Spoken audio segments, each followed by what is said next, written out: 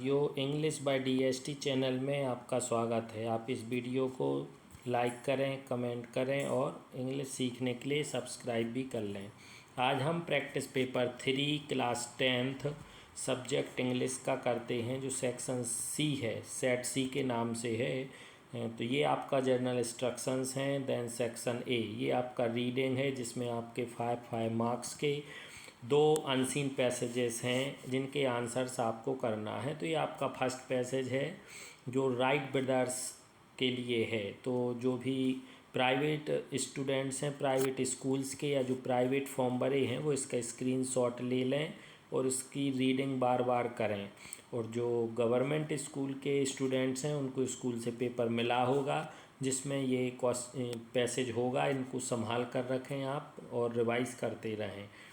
इसके बाद अपन इसके क्वेश्चंस करते हैं। तो आपका जो फर्स्ट क्वेश्चन है वो है the airplane was inspired by. तो एयरप्लेन जो है according to Wright brothers inspired by birds.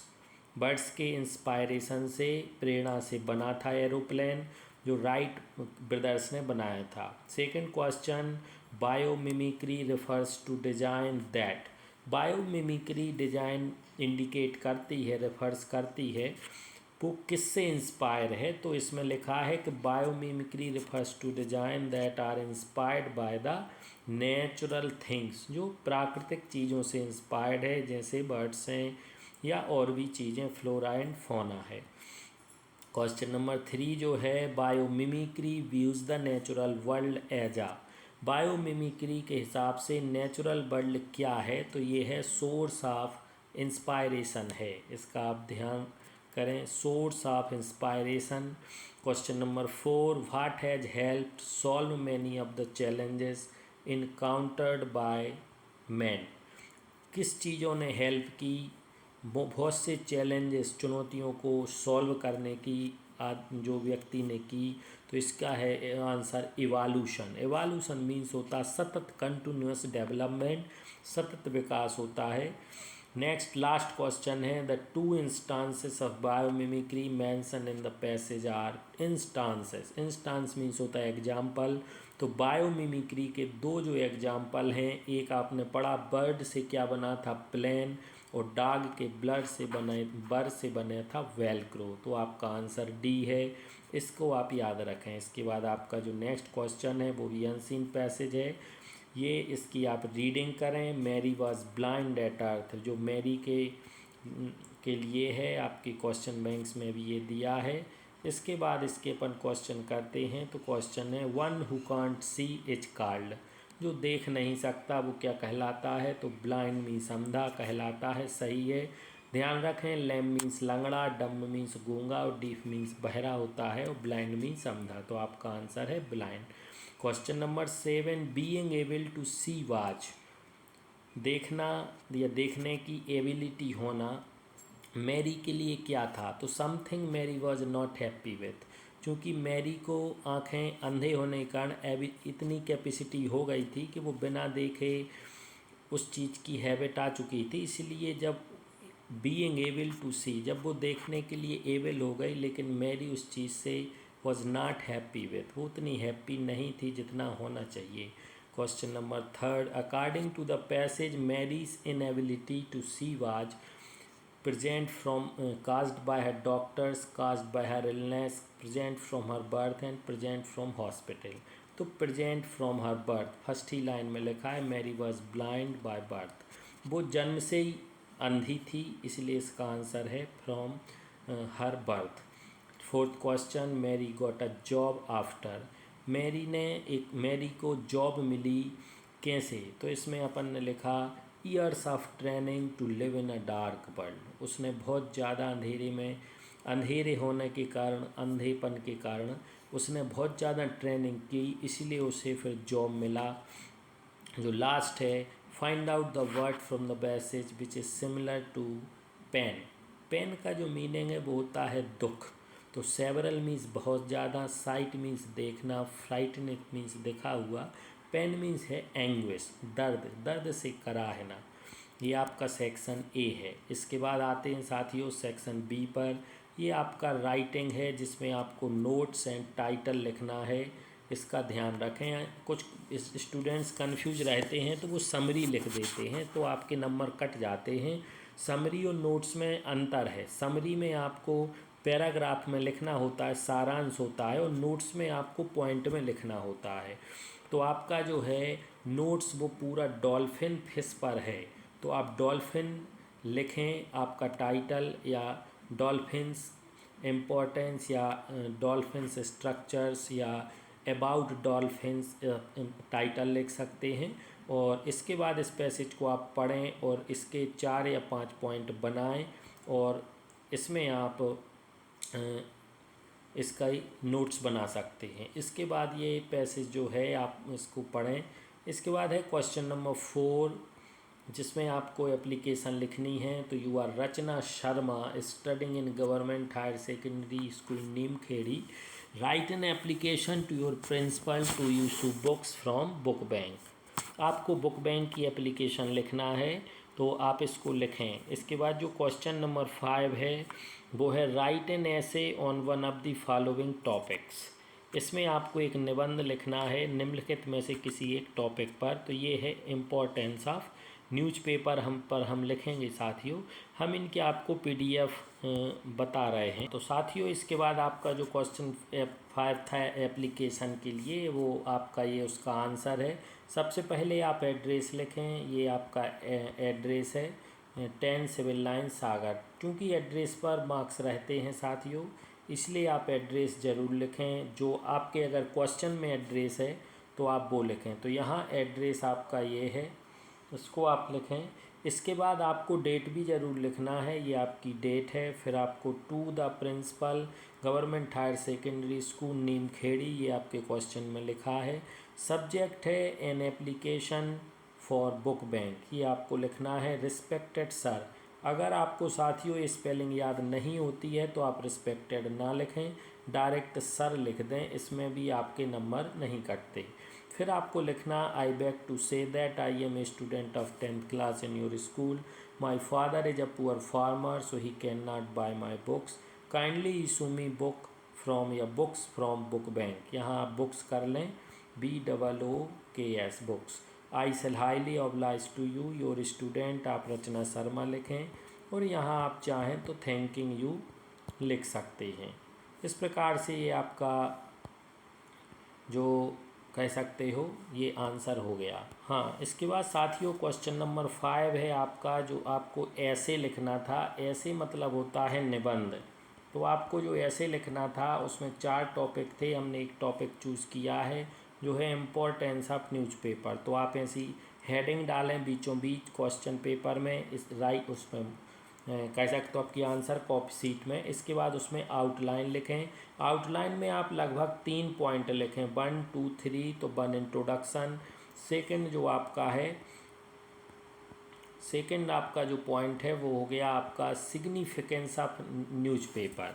या थर्ड जो है कंक्लूजन। 3 पॉइंट आप लिखें।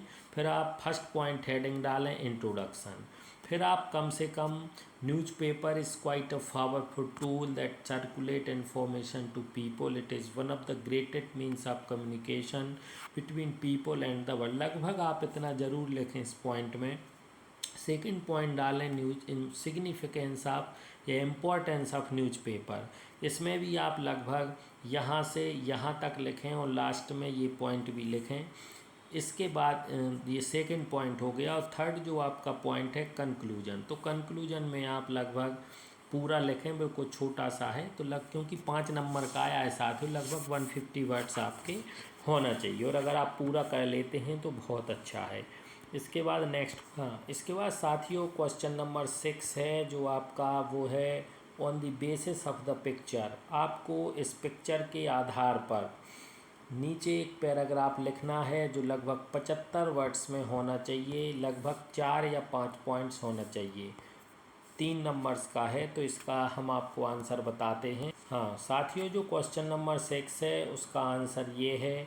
आपको से नो टू प्लास्टिक बैग जो है उस पर आपको लिखना है। तो अगर आप टाइटल लिखना चाहें तो आप लिखें से नो टू प्लास्टिक बैग। ये आप टाइटल लिख दें आपके पैसेज का, बैग। इसके बाद आप 1 पॉइंट डाल के लिखें, we can use clothing bags instead of polythene bags, we can reduce the combustion of polythene in the open air.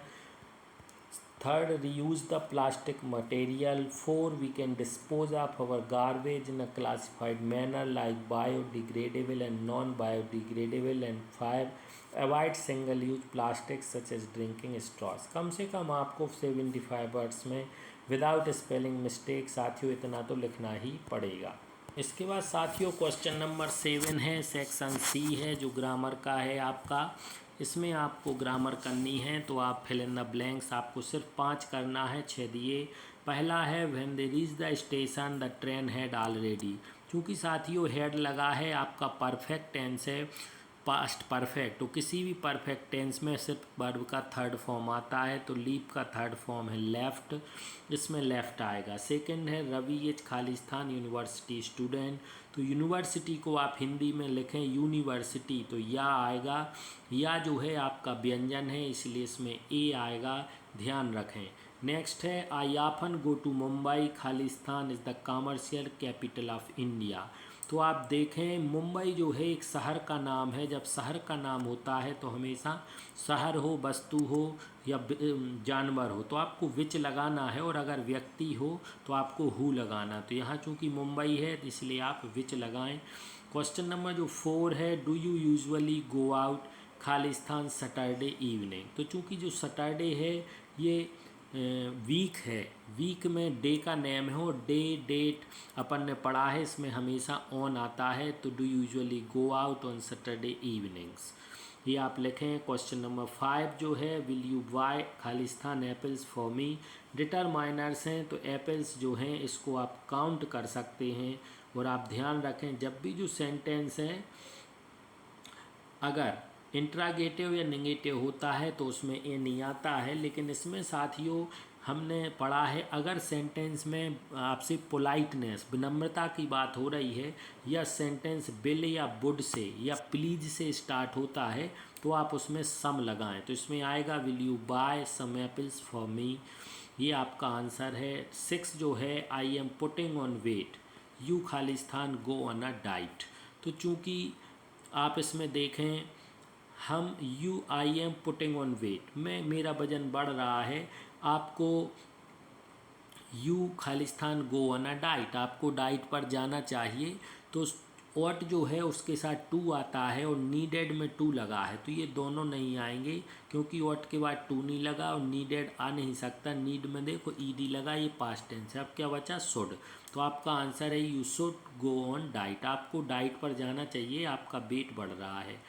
इसके बाद है साथियों क्वेश्चन नंबर 8, ये डू इज़ डायरेक्टेड हैं, आपको 5 करना है कोई भी। तो आपका जो फर्स्ट क्वेश्चन है वो है रश्मि डज हर वर्क डेली, आपको नेगेटिव बनाना है, तो आप लिखें रश्मि डज, डज के बाद आप लगा दें नॉट, रश्मि डज नॉट, फिर आप लिखें do, Rashmi does not do, फिर आप हर वर्क डेली ज्यों का त्यों लिख दें, ये आपका आंसर है हर वर्क डेली, ये आपका आंसर हो गया, आप इसको लिख सकते हैं।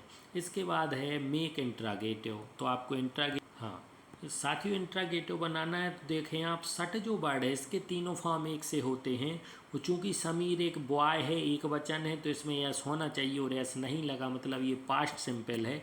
तो आपका जब इंट्रागेटिव बनेगा तो आगे आ जाएगा डिड, फिर आएगा समीर, डिड समीर, फिर आएगा सट, फिर आएगा दा, फिर आएगा डोर, डिड समीर सट द डोर, फिर आपका क्वेश्चन मार्क लग जाएगा, डिड समीर सट द डोर, ये आपका क्वेश्चन मार्क जरूर लगाएं नहीं तो नंबर कटेंगे, इंट्रागेटिव है। इसके बाद ये आपका नेक्स्ट इसके बाद आपका है क्वेश्चन नंबर 3, इसमें आपको rearrange the words to meaningful sentence, बिल्कुल सिंपल है। ऑनेस्टी पहले नंबर पे, एज दूसरे नंबर पे, द तीसरे नंबर पे, ऑनेस्टी इज़ द बेस्ट चौथे नंबर पे और पॉलिसी 5वें नंबर। तो honest is the best policy, H आप कैपिटल लिखें, बड़ा लिखें, बेस्ट के बाद आप फुल स्टॉप जरूर लगाएं, इसका ध्यान रखें। नेक्स्ट है आपका 4, Hindi is taught by mister Sinha. आपको इसका एक्टिव वॉइस बनाना है। एक्टिव वॉइस का मतलब है इसको आपको चेंज करना है पैसिव वॉइस से एक्टिव वॉइस में। तो इसमें आप देखें आपका जो सब्जेक्ट ऑब्जेक्ट है वो सब्जेक्ट बनेगा। तो आप लिखें सबसे पहले मिस्टर सिन्हा, आपने लिख लिया। इसके बाद आप वर्ब देखें तो इसमें इज लगा है, मतलब ये प्रेजेंट सिंपल में होगा। तो मिस्टर सिन्हा, तो टॉट का प्रेजेंट सिंपल जो है वो है टीच, इसमें आप ईएस लगा लो। तो मिस्टर सिन्हा टीचेस, फिर क्या पढ़ा रहे हैं मिस्टर सिन्हा? हिंदी। तो इसके बाद लिख दो आप हिंदी। ये आपका बन गया active voice, mister Sinha teaches Hindi. इसकी आप जांच भी कर लें, mister Hindi is taught by mister Sinha, ये आपका आंसर है। हाँ, इसके बाद साथियों नेक्स्ट क्वेश्चन 5 है। Sania said I am making tea, indirect speech में है, चूँकि ये कठिन होते हैं, बाकी सिंपल है। आप सानिया सेड, तो आप कुछ ना करें, जो सेड SAID लिखा है इसकी जगह आप कर दें टोल्ड। सानिया ज्यों कहते हो सेट की जगह कर दें टोल्ड। फिर आप दैट लिख दें और इन्वर्टेड कामा और कॉमा ये सब आप हटा दें। इसके बाद आते हैं अपन आई एम मेकिंग टी। चूँकि जो आई है फर्स्ट पर्सन है, ये आपका सब्जेक्ट के हिसाब से चेंज होता है, तो आई चेंज होगा सानिया। सानिया चूँकि लड़की है तो यहाँ आ जाएगा सी। एम जो है ये प्रेजेंट कंटिन्यूअस है, तो पास्ट कंटिन्यूअस में चेंज होगा, तो आ जाएगा सी वाज मेकिंग, बिल्कुल ज्यों का त्यों रहेगा, सी वाज मेकिंग टी। इस प्रकार आप इसको बना सकते हैं, ये आपका सही आंसर है। फिर नेक्स्ट जो आपका क्वेश्चन है वो है, हाँ, इसके बाद साथियों जो लास्ट क्वेश्चन है, the train will arrive in 30 minute. आपको क्वेश्चन बनाना है, तो सबसे पहले आप लिखें व्हेन, फिर क्वेश्चन में बरवांगे आती है तो आप लिखें बिल, व्हेन विल, फिर लिखें the train, when will the train, फिर आप लिखें अराइव। और ध्यान रखें इंट्रागेटिव है तो क्वेश्चन मार्क जरूर लगाएं, when will the train arrive. ये आपका बन गया। ये आप इस प्रकार से आप इनको बनाएं। इसके बाद आते हैं अपन सेक्शन, हाँ, इसके बाद साथियों सेक्शन डी पर आते हैं। ये आपका टेक्स्ट बुक का है और इसमें क्वेश्चन आंसर भी रहेंगे। तो अपन जो 9th क्वेश्चन है, the lesson his first flight is, ये आपके 3 क्वेश्चन जो हैं, 4 क्वेश्चन ये आपके टेक्स्ट बुक के हैं। और किसके हैं? टेक्स्ट बुक में लेसन के, आपको एक एक नंबर के क्वेश्चन। तो ये आपका है हिज फर्स्ट फ्लाइज, ये लेसन किस चीज़ के बारे में है? तो the lesson his first flight is about seagull, ये सीगल के बारे में है, जो एक पक्षी है। दूसरा है which of these message does the poet want to convey through the poem Amanda. Amanda से पोएम राइटर क्या मैसेज देना चाहता है? तो children should be given freedom, बच्चों को आज़ादी मिलनी चाहिए, ये उसका मैसेज है। तीसरा है कूर्ग इज फेमस फॉर, आपको पता Coorg is famous for coffee. चौथा है मस्टर्ड वाज, मस्टर्ड कौन था? तो आपको पता है मस्टर्ड डॉग था, और इसमें एक ही ऑप्शन है बेलेंडाज येलो डॉग, ये मस्टर्ड था। इसके बाद है क्वेश्चन नंबर 10, ये आपके लेसन का पैसेज है। आप इस पैसेज को ध्यान से पढ़ें, ये नेल्सन मंडेला जो आपका लेसन है उसका पैसेज है। इस पैसेज को आप लिख लें या बार बार रिवाइज करें। इसके क्वेश्चन के आंसर हम आपको बताते हैं। तो फर्स्ट है हु इज़ द राइटर, किसने लिखा ये लेसन? तो आपको पता होगा नेल्सन मंडेला ने। A man who takes away another man's freedom is a prisoner of hatred, जो व्यक्ति दूसरे की फ्रीडम स्वतंत्रता छीन लेता है वो हेटरेड नफ़रत करने वाला होता है, नफ़रत का गुलाम होता है। तीसरा है find out the word from the above tag which is opposite of the word white. White का अपोजिट है तो वाइड मीन्स होता है चौड़ा, इसका अपोजिट हुआ सकरा, तो आप लिखें इसमें आंसर में नैरो। इसके बाद नेक्स्ट है B, read the following extract carefully and answer the questions given below. ये आपका पैसेज हो गया। ये पोएम्स का आपका टेक्स्ट है, आपको इसका आंसर, तो ये आप देखें, ये अ टाइगर इन द जू की लाइन्स हैं, आप इनको पढ़ें। फर्स्ट क्वेश्चन यही है आपका, किस पोएम से ये ली गई हैं? तो a tiger in the zoo. What does he stare at, चूँकि what does he stare at, tiger जो है किसको स्टेयर, वो बंद रहता है तो किसको स्टेयर्स करता है? स्टार्स को स्टेयर्स करता है। नेक्स्ट है which of the following is opposite of the word brilliant, brilliant का विरोधी क्या है? तो बिलियंट मीन्स उजाला, उसका मतलब होगा अंधेरा, तो डल मीन्स होता है अंधेरा। ग्लेयर मीन्स चमक। इंटेलिजेंट आपको पता ही है, सही आंसर है आपका डल। इसके बाद साथियों क्वेश्चन नंबर 11, इसमें 5 क्वेश्चंस दिए हैं। हम आप इन क्वेश्चन के सभी आंसर्स की PDF आपको बता रहा है। क्वेश्चन नंबर 11 है ये आपका क्वेश्चन, जो ये आपके टेक्स्ट बुक का है। इसके बाद क्वेश्चन नंबर जो 12 है ये आपकी टेक्स्ट बुक जो है उसकी कह सकते हो फर्स्ट फ्लाइट, उसकी पोएम्स का है। क्वेश्चन नंबर 13 जो है ये आपके फुटप्रिंट जो है सप्लीमेंट्री रीडर, उसके क्वेश्चंस हैं, 3 हैं, 2 आपको करना है। इसके बाद क्वेश्चन नंबर 14 जो है ये 3 नंबर का एक क्वेश्चन है, ये आपका टेक्स्ट बुक का है। इसके अथवा में है एक, अपन ने यही क्वेश्चन उसमें किया है। इसके बाद क्वेश्चन नंबर 15 है ये आपका पोएम्स का है, इसमें हमने सेंट्रल आइडिया लिखा फायर एंड आइस का। क्वेश्चन नंबर 16 सप्लीमेंट्री रीडर का है, इसमें ये दोनों क्वेश्चन किए हैं, दोनों इम्पॉर्टेंट हैं, तो आप इनकी PDF देखें, इनमें से आंसर्स लिखें और बार बार आप रिवाइज करें। साथियों क्वेश्चन नंबर आपका जो 11 है, इसमें आपका जो फर्स्ट क्वेश्चन है, why does the post master send money to Lencho, why does he sign the letter God. 2 questions हैं, हमने 2 लाइनों में आंसर लिखे। पहला है the post master send the money to Lencho in order to keep his faith in God life, इतना। दूसरा है आपका ये अलग अलग इसलिए लिखा साथियों कि अगर आप इतना लिख दोगे तो आपको 1 नंबर मिलेगा, ये भी लिखोगे तो 2 नंबर मिलेंगे। इसके बाद है question number 2, why were the 2 national anthem sung on the day of oath taking ceremony. Question number 2, इसका आंसर आपने ये है, आप इसको देखें। फिर है क्वेश्चन नंबर 3, इसका आंसर आप देखें, इसमें 2 क्वेश्चन हैं, इसलिए अपन ने एक क्वेश्चन का आंसर यहाँ तक है, दूसरा यहाँ तक है। इसके बाद है question number 4, what game had Ms invented. तो इसका आंसर एक ही छोटा सा है, थोड़ी बड़ा है, आप पूरा करें। क्वेश्चन नंबर 5, इसका आंसर बिल्कुल छोटा है, what was Wally's favourite pastime. And question number 6 नहीं, हमने छोड़ दिया है। Question number 7, what did Chubukov suspect. ये आपका आंसर, आपको 5 करना है, आप कोई भी 5 लिख लें, याद करें और मेमोराइज करें। हाँ साथियों, इसके बाद क्वेश्चन नंबर आपका 12 है। 12 में आपका जो फर्स्ट क्वेश्चन है पोएम्स का, where did the ball go, बिल्कुल सिंपल है। Question number 2, is Amanda an orphan, why does she say. So अपन ने 2 क्वेश्चन हैं, तो 2 आंसर अपन ने इसमें लिखे 1 नंबर के। तीसरा है द ट्रीज, इसमें तीसरा आपका ये है यहाँ से यहाँ तक, तो आप इनमें से कोई 2 कर लें या तीनों कर लें। इसके बाद है क्वेश्चन नंबर नेक्स्ट।